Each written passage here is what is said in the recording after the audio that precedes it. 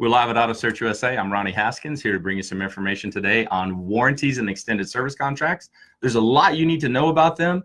We're going to talk about 4 points and let you have some information going into the holidays about warranties and extended service contracts. So you may have purchased a car in the past or whatever it is, and you had a car and they offered you an extended service contract when you purchased that car.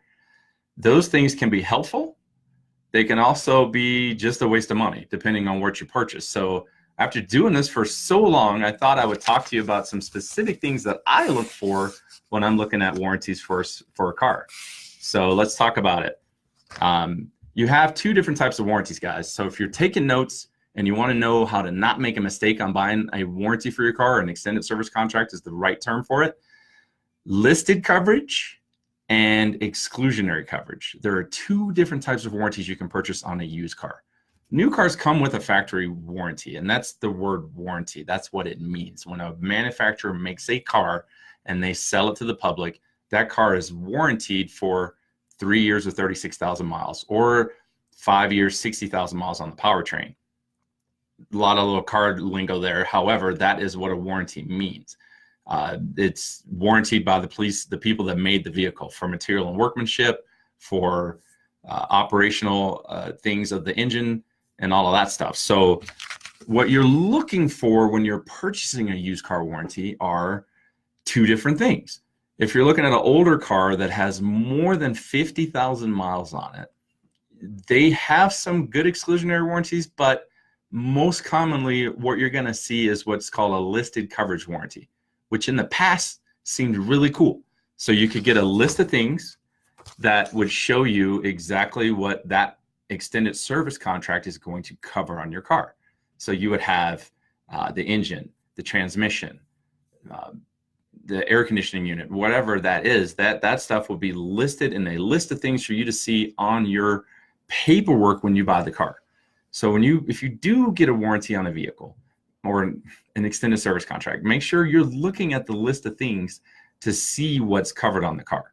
So to talk a little bit more about listed coverage, I had a bad experience with it as a dealer back in 1999. I sold a car to a gentleman. It was a Ford Explorer. It was listed coverage, and it said that the heater was covered on the vehicle.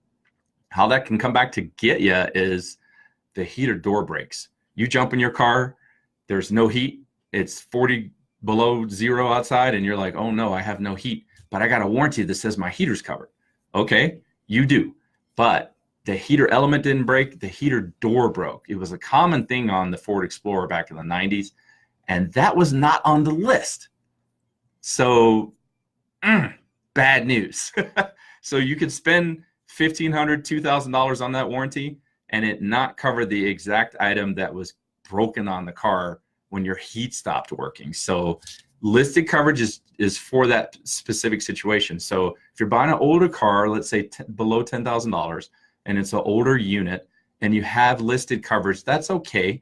Just make sure it covers the big things like the internally lubricated parts of the engine, the internally lubricated parts of the transmission.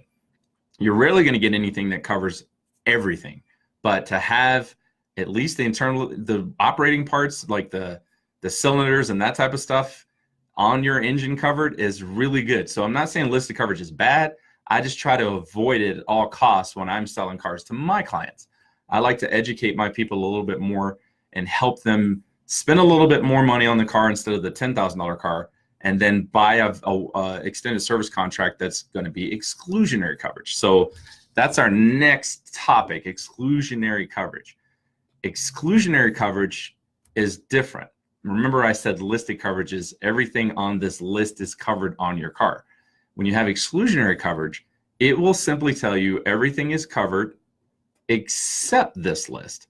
So they give you 26 to 29 items that are not covered at any time. So it's really nice because you can read those lists up front before you sign it, and it should be nothing that you are going to come back and bite you. Like a breakdown outside the United States and Canada is the ones I'm dealing with. So when I have people that are going to be moving to Africa, I'm like, hey, it's time to cancel that warranty because it's not going to work in Africa. You're going to just need to have one, you know, where you're traveling in the United States or Canada. So exclusionary coverage is by far the best coverage you can get if you're buying an extended service contract. Typically, they don't cost a lot more because the insurance company that's providing them doesn't take as much risk as the listed coverage cars. The exclusionary contracts are for cars that have less than 50,000 miles and are current year plus 4 years. So they're 2014 or 13, depending on when the car was put in the service, or up to today.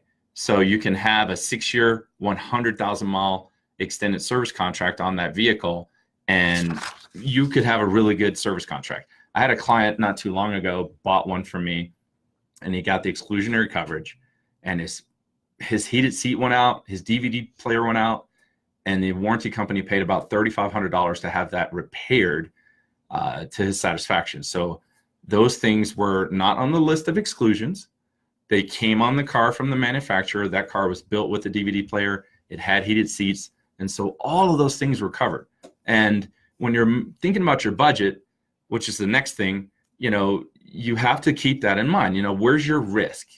If you don't learn anything else from this video, is learn about your risk exposure. So if you've got enough money to make the payment and you don't want to have to pay $3,500 for a heated seat, you can do two things. You can keep an emergency fund for your cars, which, in that case, you would have like a $5,000 credit card that you keep in a safe. There's ways around it without having to purchase the extended service contract, but it still leaves you open to some risk. So if you have a credit card you can use for your repairs, or you keep cash that you can use for those repairs, just be aware that that's what they're going to go to. That money in your pocket will find those emergencies to go to, and it will get that money to repair that heated seat and that DVD player. So exclusionary coverage, really good. I love them a lot, especially if you're planning on keeping the car a long period of time. And that will give you the best risk avoidance when you're purchasing a car like that. So why would you do it? Why would you need to have some type of extended service contract when you're purchasing a car? Think about your loan term, all right? So if you're gonna have a 5-year loan, which is very common, 60 months, or you're gonna have a 72-month loan, which is super common as well, 72 months, then think about how long you need your actual extended service contract to cover your car.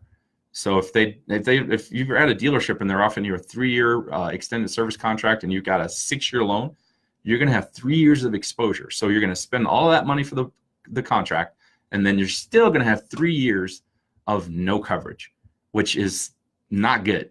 We got to think about our money in terms that are going to last as long as we're going to be driving this car. So that being the case, you still have extended service contracts that are available for 6 years, up to 84 months at this stage in the game. So, but that's a whole nother video. We don't want to be financing cars for 84 months. However, make sure you're thinking about the long term. So when you're looking at your extended service contract, and should you get one, do you keep the cash line around? Do you want to take all the risk yourself? Maybe you do some of your own repairs so you can avoid having to spend the money on the service contract. That's cool.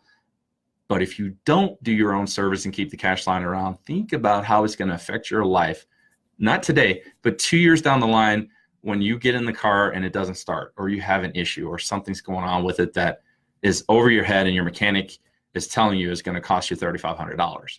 So make sure that coverage is exclusionary if you can, and make sure that the length of the term of the service contract at least fulfills the term of the loan. So you have a 72-month loan, you want to have a 72-month extended service contract. Make sense? I hope so. All right, so pricing and saving money. So warranties aren't as expensive as most people think. On average, I can tell you that they cost between $1,500 and $2,500. That's about where the cost is on extended service contracts that are exclusionary, on vehicles that are still, they have some type of factory warranty left, and you can take them out 6 or 7 years. So pricing isn't a huge deal. On average, it changes your payment about $30 a month. So it's a chunk. However, it's still not as bad as having to come up with $3,500 to fix your car. So, you're going to have, and this is, by the way, this is just my opinion after doing this for 20 something years. So I've looked at all different types of angles. I'm not trying to sell you extended service contracts today. I'm just letting you know what my opinion is about them. If I was going to do a 60-month or 72-month loan on a vehicle, I would want to make sure I had an extended service contract that covered that term. That way, when I'm making that monthly payment, I'm not also opening myself up to having a surprise Christmas Eve that's going to cost $3,500. So those are the things I want to talk to you about today. Listed coverage on the older used cars. Make sure you're reading that list. You make sure that the things that are going to cost you the most are covered. Exclusionary coverage is the way to go if you can get the newer car and that car qualifies for that particular type of coverage. And the loan term. You know, if you're going to be doing this for long term, make sure that you got it covered. I do not advocate doing extended service contracts on vehicles that you lease. There are other things that I'm going to do more research on, like wear and tear protection. You can pay money up front on the lease that'll cover the wear and tear. I'm not really sold on that at this point, but once I research it, I'll come back and do another video and we can talk about it. So listed coverage, exclusionary coverage, loan term, and what's your risk tolerance? You know, if you've got enough money laying around that you don't worry about the repairs, the one thing the warranty will help you avoid is multiple repairs. So like if you have the $3,500 repair and you're like, okay, I've got the cash. Well, what happens if something breaks again? You know, you're going to need to keep that in mind. Like, where's your risk tolerance? We all have a different one. Mine is pretty low. So I like newer cars that are under warranty. That way, whenever I have an issue, I can take the car back to the manufacturer and they will fix it. So I hope that was helpful today. Wanted to get that out. I've had some questions about warranties and how they affect people. Pricing's not too bad, about $30 a month. Just make sure you read the contract. If you ever have questions about a warranty that you're going to purchase, give me a call. You can fax that sheet over. I'll take a look at it. You can email it to me, and I'll let you know where your risk exposure is before you make the purchase. After you make the purchase, done deal, guys. I mean, you can cancel them.